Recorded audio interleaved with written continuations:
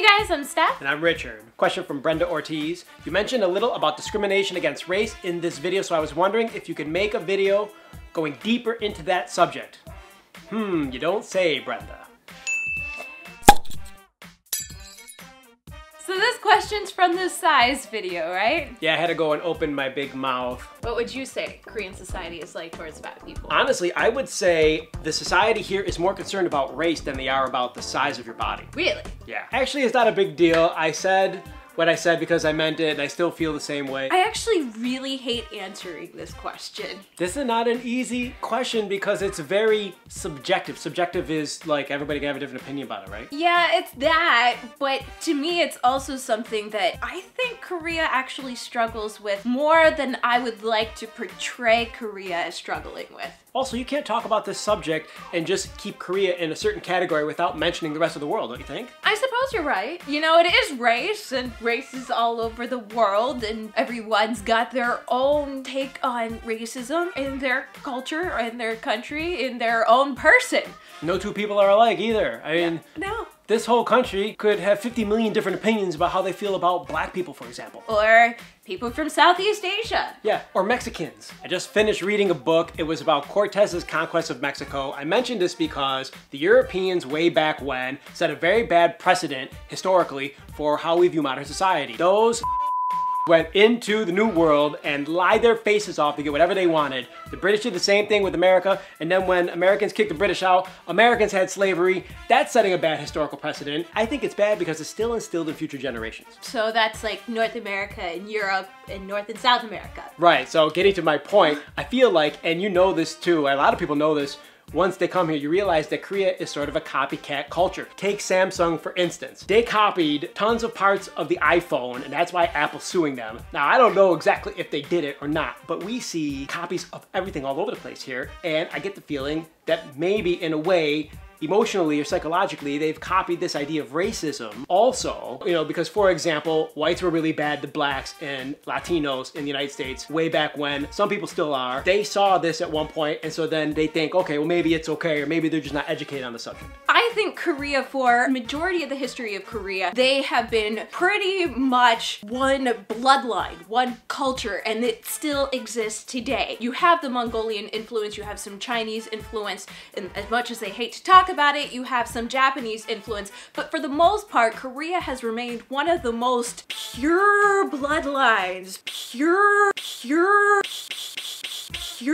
bloodlines, pure cultures for most of its history. Well, so they like to think. Or so they like to think, and it still is today. And so because of this, I think that there is sort of an outsider perspective where they see everyone else as the outsider, everyone else is the other, and they don't connect with them fully. Right, except for they don't necessarily view all the different ethnicities around the world equally. That's true, but I'm getting to that. Yes, they do see a lot of things in movies, in TV shows, in reading, and they get these big stereotypes. Which is no different from anybody else around the world still, I think. True, but like for example, a lot of young Korean kids have never seen a black person in real life in their lifetimes. Still. Well, I wouldn't say those kids in Seoul. I think there's enough black people that have come to visit or live here at this point that wouldn't be characteristic or true of kids in Seoul, but out in the countryside, sure. Yeah, and so whenever they see them, you're either scared or, you know, I actually have a friend, we have a friend, you know who I'm talking about, who got asked if she tasted like chocolate because her skin was black like chocolate. Right. She laughed about it and she let it go. I get stared at because people are curious about me. They don't know me. They don't interact with me on a regular basis, or somebody who's a white girl, and so they're just really curious. Well, I was gonna say, it's not just black people, it's not even Latino or people of mixed color skin. Even we have the problem of, for example, when we're on the bus or the subway for sitting down, if there's a seat next to us, we're the last seat to be taken on that whole entire subway car or bus because they don't want us to sit next to foreigners. Usually. You do have that, and it's definitely something that happens. Is there some negative connotations to some races? Yes, there are. I hate to say this. This is one thing I actually struggle with here, and it's something that I don't want to like talk about, like Korea is such a bad place, but because they have been such a racially pure society for so long, they tend to be more ethnocentric and think that we're the best, like every country. We're the best, we're the best, we're the best. Well, that's what I mean about the copying, because that's how Americans think, really. That's how they still think. Another thing you made me think of was they tend to treat people according to how rich or poor they are. Or how rich or poor they view their country and culture. Right. Thank you. You added to my point. For example, somebody from Southeast Asia, they tend to think of that as a poorer area because in Korea, pure white skin is seen as beautiful, and somebody who has darker skin, maybe they worked out in the fields, and so they see that as not as wealthy, maybe a little bit more unattractive, and it's less desirable. Don't you think that people of wealth tend to look down on people of poverty in general around the world anyways? Yes, it's a sad truth. The other thing that happens though with a lot of the Southeast Asian countries is people come to Korea as like mail order brides. They go and they, you know, people who live in the countryside, they're having harder times getting married and having kids and raising families. In Korea? No. In Korea. Okay. Like some of the older guys. And so they go to these other countries, these poorer countries, and they meet women, they marry them, and they bring them back because they're gonna work on the farms and they're gonna have the kids. So you also have this society that's starting to happen of Korean children that are half Korean, half Southeast Asian, and Korea is starting to learn to deal with this, that they're no longer an ethnically pure society. You also have teachers that are coming in from all over the world that are marrying Korean people and having kids. It's changing, and their views of race is also changing. Slowly. Very slowly.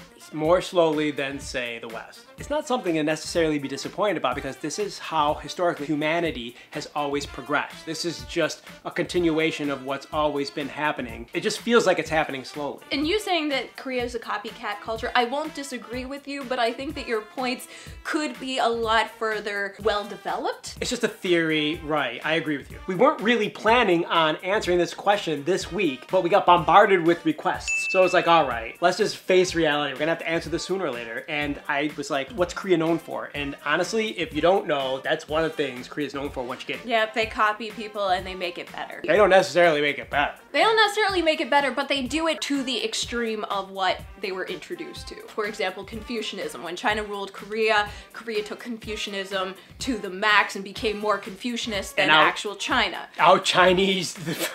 You know, when North Korea... That's crazy that you out-Chinese the Chinese in Confucianism. And when Russia controlled North Korea, they became more Stalinist. It's the most Stalinist state in the world right now. And then you have South Korea. What has South Korea took on? South Korea's taken on technology. Automobiles, computers, cell phones. You see it everywhere. Yeah, why is Korea like that? North Korea and South Korea to the max. They are the epitome of making something as good as they can make it from something that they saw. I wish that I could say that everything was great and wonderful when it came to dealing with this, but I've actually had some pretty...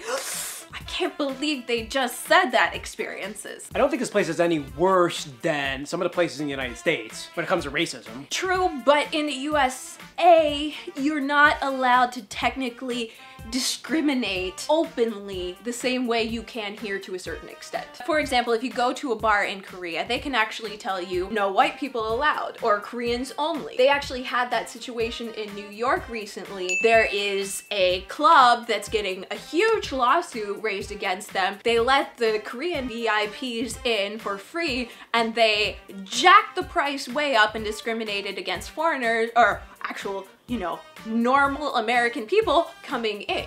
Like they would in Korea. Like they would in Korea. Except they were in New York City and you're not allowed to do that in the US. I have heard of like people getting substitutes to teach for them that they only want white females. No black allowed. Yeah, I've heard that multiple times.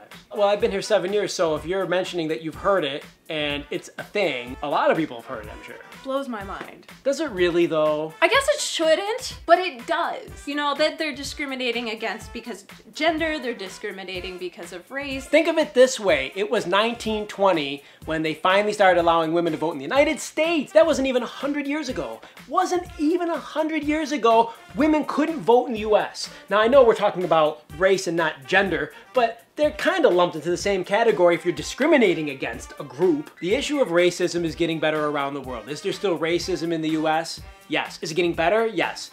Is there still racism in Korea? Yes. Is it getting better? Yes. When will we ever get rid of it? I don't know.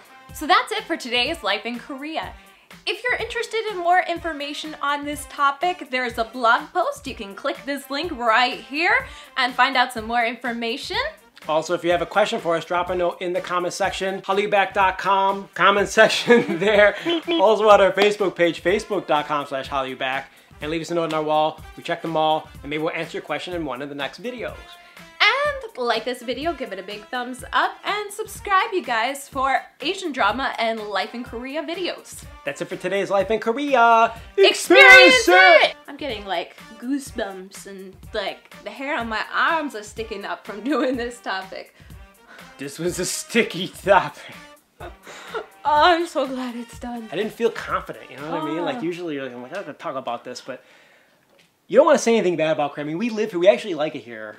I love Korea, but some of the things that I have heard just makes me go, ah, no!